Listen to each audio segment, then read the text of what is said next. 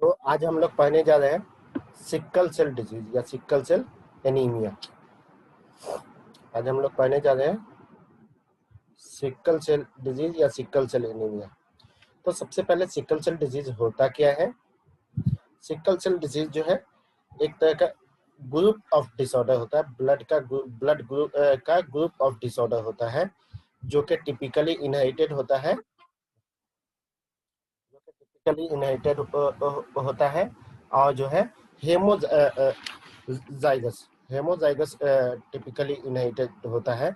लेकिन ये जो है इसका जो कॉमनेस्ट फॉर्म है वो क्या है कि हेमोलाइटिक एनीमिया के जैसा प्रेजेंटेशन मिलता है। इसका जो ये है वो कैसा है कि रिजल्टिंग हेमोलाइटिक एनीमिया के तौर पे ये इसका पिक्चर मिलता है। जैसे हेमोलाइसिस, इसमें चूंकि सेल जो है वो उसका स्ट्रक्चर डिस्टर्बेंस हो जाता है, स्ट्रक्चरल एब्नॉर्मलिटी आ जाती है और जिसकी वजह से ये जो है वर्किंग इसका आरबीसी हीमोग्लोबिन नहीं रहता है और ये वर्किंग आरबीसी नहीं होने की वजह से ये सिक्कल सेल डिजीज कहलाता है, क्योंकि ये हेमोलाइटिक एनीमिया के तौर पे देखा था। तो डेफिनेशन लिख लीजिए, sickle cell disease is a group of blood disorder.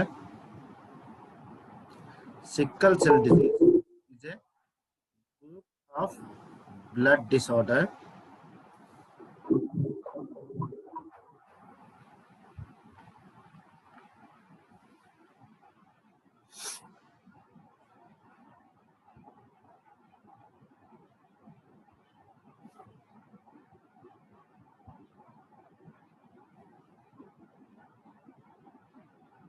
hello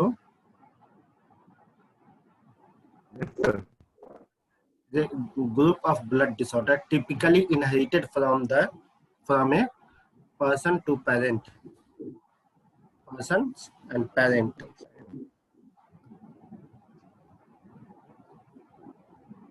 Okay, sir.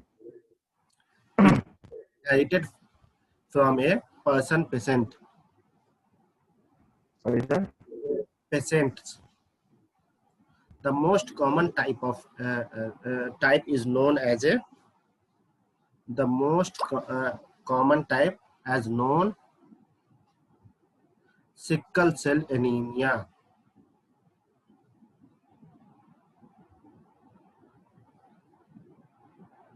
Sickle cell anaemia, ठीक है। जी अब सिक्कल सेल एनीमिया क्या होता है? Sickle cell anaemia, this is a haemolytic anaemia. Sickle cell anaemia, definition को फिर से रिपीट कर दीजिए। सिक्कल सेल डिजीज, पहले एक ब्रॉड वे में समझो कि सिक्कल सेल डिजीज होता है, उसी में से एक जो मोस्ट कॉमन थिंग है वो है सिक्कल सेल एनीमिया। तो सबसे पहले हम जान लेते हैं कि सिक्कल सेल डिजीज एग्जैक्टली होता क्या है। तो sickle cell disease is a group of blood disorder typically inherited from a person's patient, typically inherited from a person patient, ठीक है, of sickle cell anemia. It the most common type is known as sickle cell anemia, ठीक है। अब sickle cell anaemia को अगर हम लिखें तो this is a haemolytic anaemia resulting from this is a haemolytic anaemia resulting from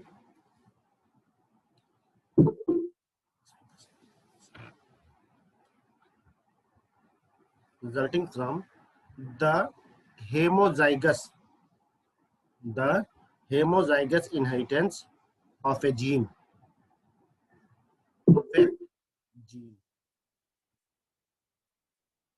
which cause amino acid substitution in the hemoglobin molecule, which cause amino acid substitution in a hemoglobin molecule.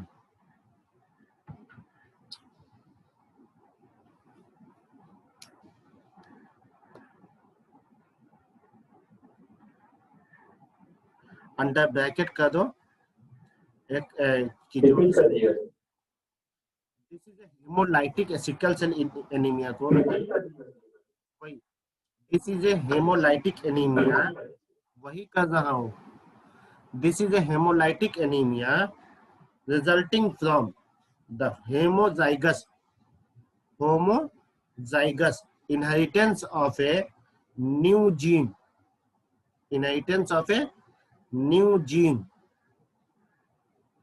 which cause an amino acid substitution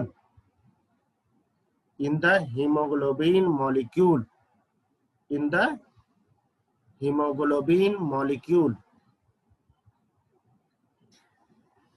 अब यहाँ पे under bracket कर दो beta 6 glutamate की जगह substitute क्या होता है जो इसके लिए जो ग्लोबुलिन चाहिए एचबी बनने के लिए बीटा ग्लोबुलिन, तो उसमें जो बीटा 6 ग्लोबुलिन होता है उसकी जगह जो एमाइनो एसिड सब्स्टिट्यूट हो जाता है, सब्स्टिट्यूट कहा जाता है उसके बदले में। तो सब्स्टिट्यूट जो हो जाता है वो कौन सा हो जाता है, beta 6 haemoglobin sorry beta 6 glutamate की जगह हमें मिल जाता है valine VALIN valine. Bracket close कर दीजिए। Substitute in the haemoglobin molecule, bracket close कर दीजिए। उसका क्रिएटिंग HbS, हीमोग्लोबिन का जो अलग अलग फॉर्म है, HbA जो हमारा एडल्ट फॉर्म है, HbF जो हमारा फीटस फॉर्म है, उसी का है HbS। ठीक है, due two point mutation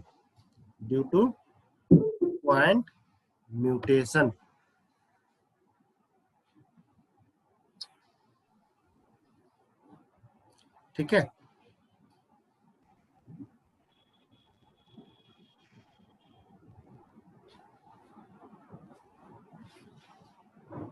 okay yes sir. आगे बात करते हैं कि इसका जो ये होता है प्रिवेलेंस होता है वो ब्लैक अफ्रीकन में कॉमन पाया जाता है, ब्लैक अफ्रीकन में कॉमन पाया जाता है। प्रिवेलेंस जो होता है ये ब्लैक अफ्रीकन में बहुत ही कॉमन पाया जाता है।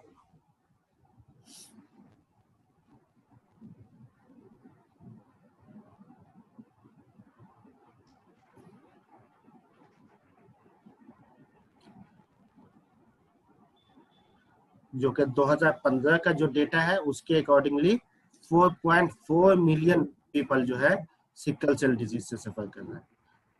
4.4 million according to the 2015 data. Prevalence है ये, prevalence commonest found in African black या ब्लैक अफ्रीकन, जिसे निग्रोज के भी नाम से जानते हैं। क्या बताते हैं? निग्रोज के नाम से भी जाना जाता है। Commonly found in African black according to 2015 data. About 4.4 million people is suffering with the sickle cell disease. About 4.4 million people is suffering from the sickle cell disease. ठीक है, अगर आगे बात करें हम तो इसका सबसे पहला क्या होगा, क्लासिफिकेशन।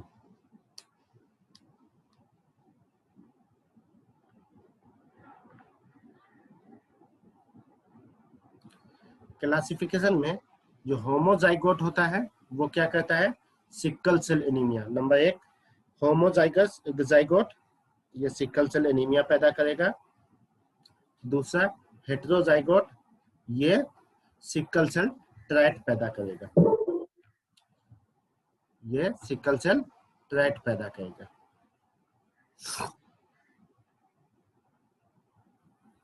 दो टाइप के होते हैं बेसिकली, एक तो होमोजाइगस होता है, दूसरा हेटेरोजाइगस होता है।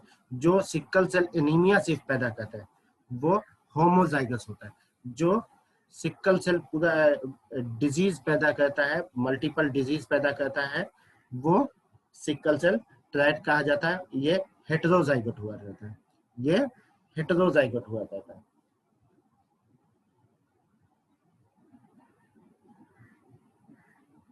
ठीक है,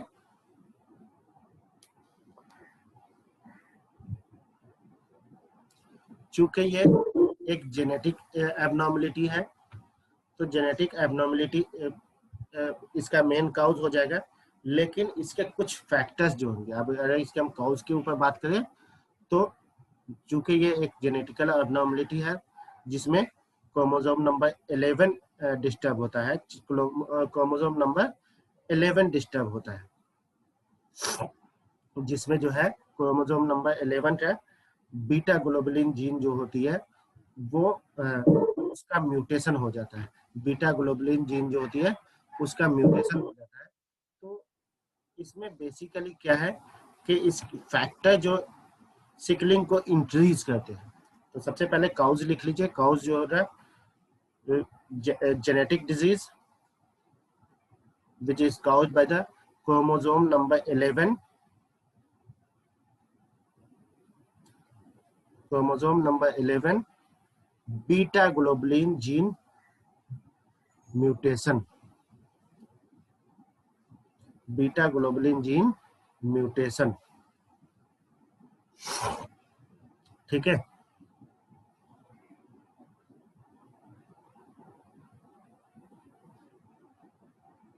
अब इसके फैक्टर लिख लीजिए। Factor which increase sickling, factor which increase sickling, factor which increase sickling. Number 1 low oxygen tension यानी hypoxia,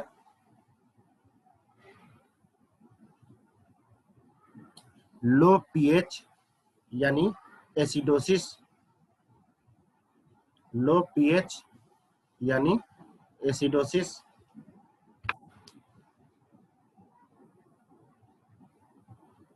increase 2,3 diphosphoglycerate level, increase 2,3 diphosphoglycerate level, increase 2,3 diphosphoglycerate level.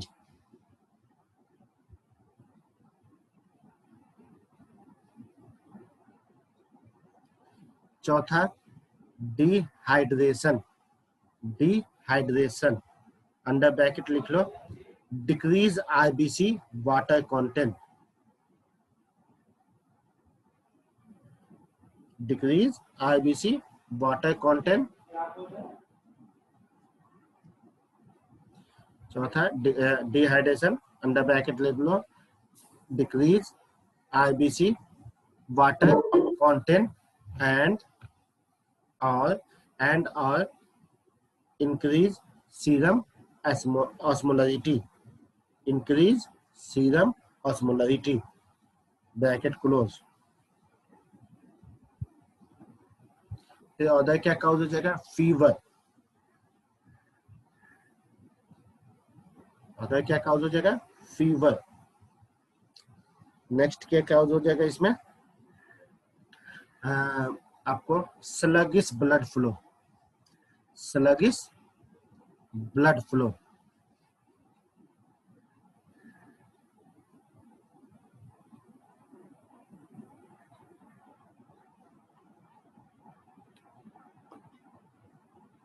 ठीक है,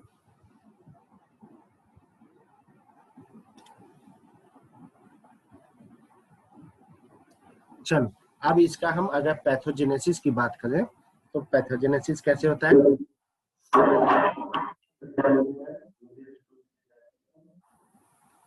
अच्छा अभी तक ये इंक्रीज 2,3 डाइफॉस्फोग्लाइसरेट, उसके बाद इंक्रीज आरबीसी, उसके बाद डिहाइड्रेशन, डिहाइड्रेशन वाला भी हो गया, फीवर भी हो गया, फीवर, पांचवा हो जाएगा फीवर, छठा हो जाएगा sluggish blood flow, sluggish blood flow, sluggish blood flow.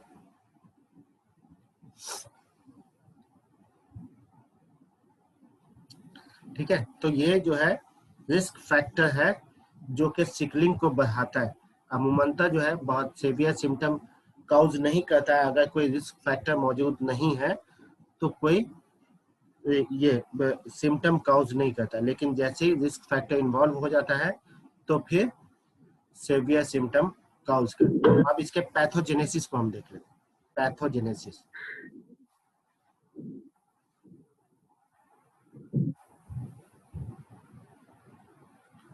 होता क्या है कि जब कभी भी चूंकि जैसा कि हमने बताया अभी कि जब तक रिस्क फैक्टर इन्वॉल्व नहीं होता तब तक क्या होता है कि ये बहुत ज्यादा सिम्टोमेटिक नहीं होता है।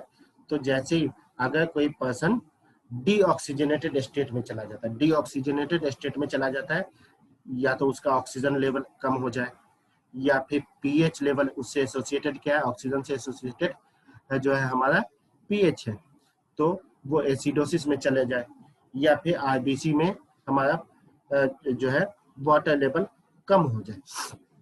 ऐसी सूरत में क्या होता है कि मरीज हमारा डीऑक्सीजनेटेड स्टेट में पहुंच जाता है। तो डीऑक्सीजनेटेड स्टेट में पहुंचने की वजह से जो एचबीएस मॉलिक्यूल्स होते हैं, जो एचबीएस मॉलिक्यूल्स होते हैं वो क्या कहते हैं कि पॉलीमराइज हो जाते हैं, उसका पॉलीमराइजेशन होने लगता है।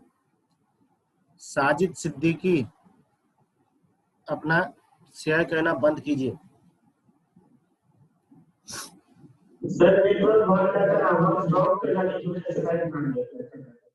लाइन नहीं कटा, आप हमेशा हर क्लास में देखता हूँ कि आप अपने आप का स्लाइड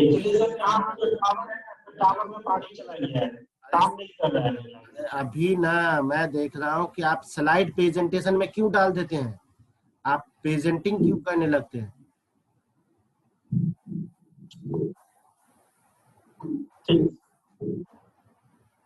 ठीक है, चलिए आगे बढ़ते हैं।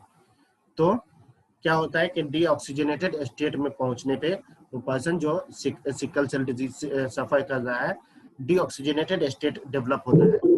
वैसी सूरत में क्या होगा कि वैसी सूरत में जो हमारा एचबीएस मॉलिक्यूल्स होगा, haemoglobin sickles molecules, sickle cell वाला जो हीमोग्लोबिन होगा वो क्या होगा, उसका पॉलीमराइजेशन होने लगेगा, पॉलीमराइजेशन होने लगेगा, और ये और फास्ट, पहले तो कुछ ही रहता है लेकिन और ज्यादा सिकलिंग काउज करने लगता है। और ये सिकल सेल क्या होता है, रिजिड होता है, ये सिकल सेल रिजिड होता है। क्या फीवर का फैक्टर, चूंकि टेम्परेचर जब बढ़ता है बॉडी का तो बॉडी का डिमांड बढ़ जाता है, हार्ट रेट बढ़ जाता है, हार्ट रेट को पूरा करने के लिए रेस्पिरेटरी रेट बढ़ जाता है, तो डिमांड बढ़ता है। लेकिन इसमें कुछ सेल तो एबनॉर्मल है जो ऑक्सीजन कैरी करने की कैपेसिटी रखता ही नहीं है। सिकल सेल जो है वो क्या है, एबनॉर्मल सेल है, ऑक्सीजन कैरी करने की कैपेसिटी रखता ही नहीं है। नतीजे में क्या होता है कि सिकलिंग फास्ट होने लगता है। ठीक है, डिमांड बढ़ जाता है लेकिन सप्लाई को मैच नहीं करता है, जिसकी वजह से सिकलिंग फास्ट होने लगता है। ओके, चलो तो आगे बात करते हैं। जब जो है आरबीसी का सिकलिंग ज्यादा होने लगता है, नतीजे में ये सिकल सेल्स क्या है कि ये रिजिड होता है, रिजिड होता है और हेमोलाइज होना शुरू हो जाता है। ये रिजिड होता है और हेमोलाइज होना शुरू हो जाता है, जिसकी वजह से क्या कहता है कि ये स्मॉल ब्लड वेसल्स जो है, जिसकी वजह से ये क्या कहता है कि स्मॉल ब्लड वेसल्स जो है उसको ब्लॉक करना शुरू कर देता है, जो माइक्रो कैपिलरीज को ब्लॉक करना शुरू कर देता है और जिसकी वजह से लोकल इन्फेक्शन पैदा हो जाता है, लोकल इन्फेक्शन पैदा हो जाता है।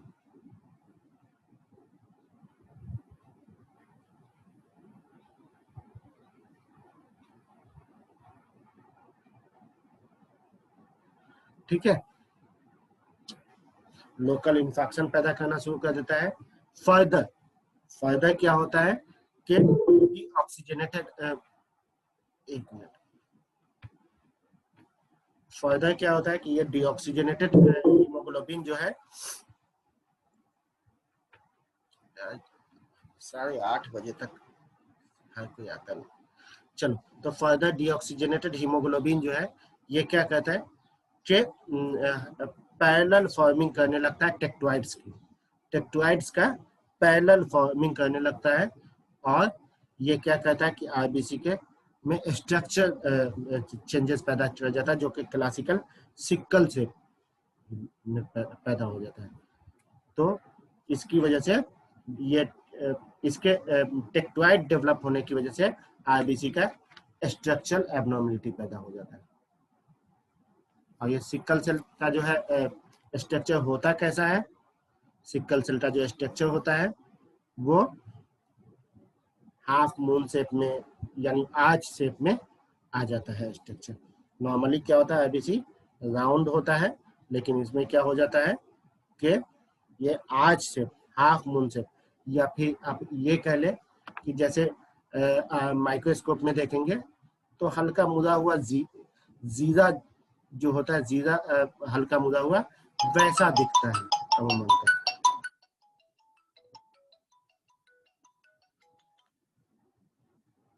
अमूमन ये जो दिखता है वो हाफ मून शेप में, अगर माइक्रोस्कोपिकली हम देखेंगे इसको तो हाफ मून शेप में दिखता है। ठीक है, या आर्च शेप कह लो, हाफ मून शेप ये दिखता है। अब अगर इसके हम क्लिनिकल फीचर्स की बात करें यानी साइन एंड सिम्टम की बात करें, क्लिनिकल फीचर्स यानी साइन एंड सिम्टम,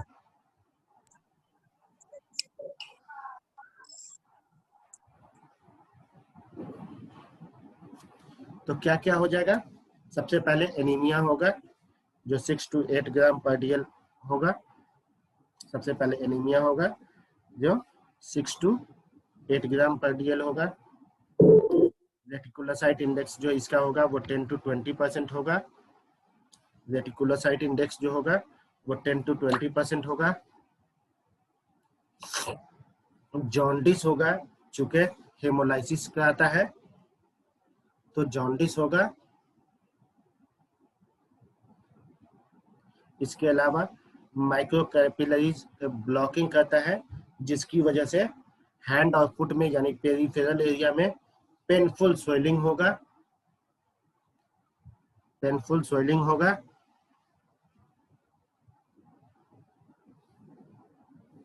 ठीक है, इसके अलावा चूंकि हेमोलाइसिस हो रहा है तो वो हमारा ब्लड का जो फिल्टर है, कौन है ब्लड का फिल्टर, कौन है,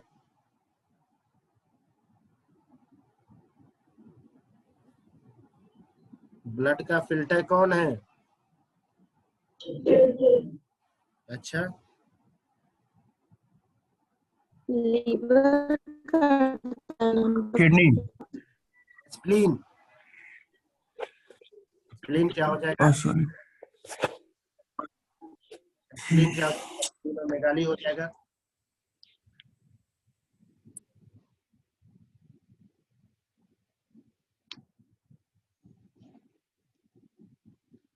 फर्दर ये renal failure and bone marrow necrosis, renal failure, bone marrow necrosis, leg ulcer,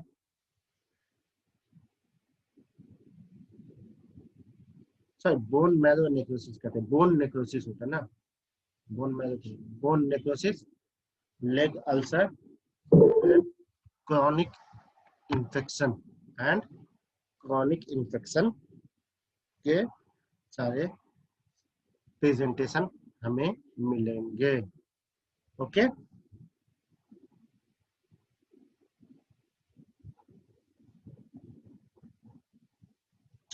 उसके बाद अगर हम बात करेंगे तो सबसे पहली चीज आती है इसके कॉम्प्लिकेशन।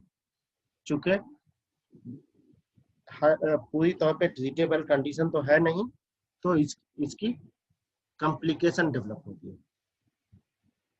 तो कॉम्प्लिकेशन में बेसिकली जो कॉम्प्लिकेशन होता है 4-5 कॉम्प्लिकेशन होता है। पहला कॉम्प्लिकेशन क्या होता है? Sickle cell crisis. Sickle cell crisis.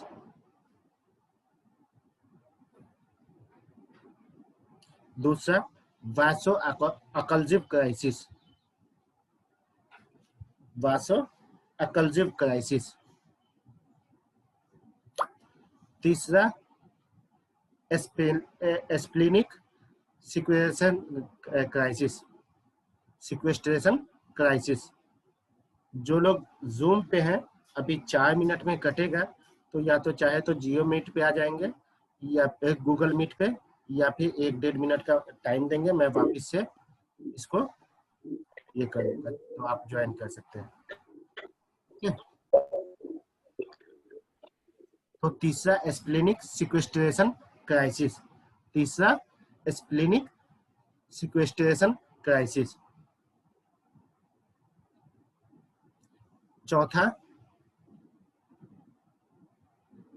चौथा एक्यूट चेस्ट सिंड्रोम।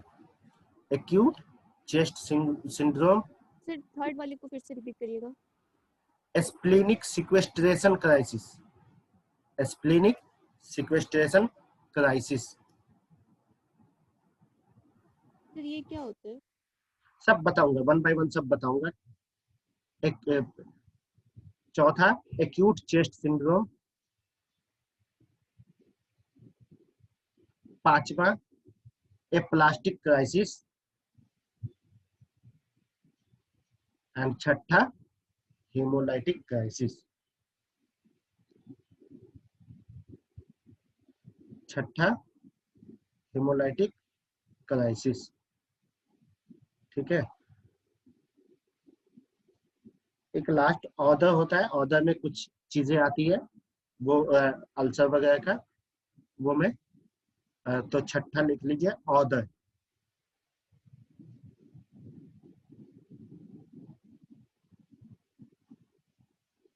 अब 1 बाय 1 सबको देखते हैं। 1 बाय 1 सबको। सबसे पहला क्या हो जाएगा हमारा? Sickle cell crisis.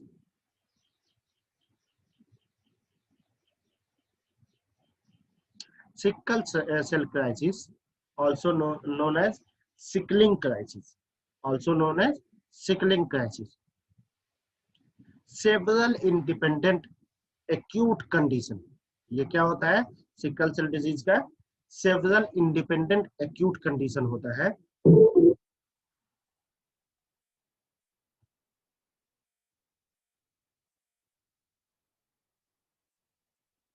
Type of वासो अकल्जिव क्राइसिस होता है। सेकंड जो होता है वासो अकल्जिव क्राइसिस होता है। तो सेवियर इंडिपेंडेंट एक्यूट कंडीशन होता है जिसमें एनीमिया बहुत सेवियर हो जाता है, जिसमें एनीमिया बहुत सेवियर हो जाता है। चूंकि आईबीसी का डिस्ट्रक्शन बहुत फास्ट होने लगता है, चूंकि आईबीसी का डिस्ट्रक्शन यानी हेमोलाइसिस बहुत फास्ट होने लगता है। ये अमूमनतः 5 से 7 दिनों का स्टेज होता है, जिसमें इन्फेक्शन, डिहाइड्रेशन और एसिडोसिस कंबाइंड तौर पे ट्रिगरिंग फैक्टर का काम करता है, जिसमें infection, dehydration and acidosis combined तौर पे ट्रिगरिंग फैक्टर का काम करता है।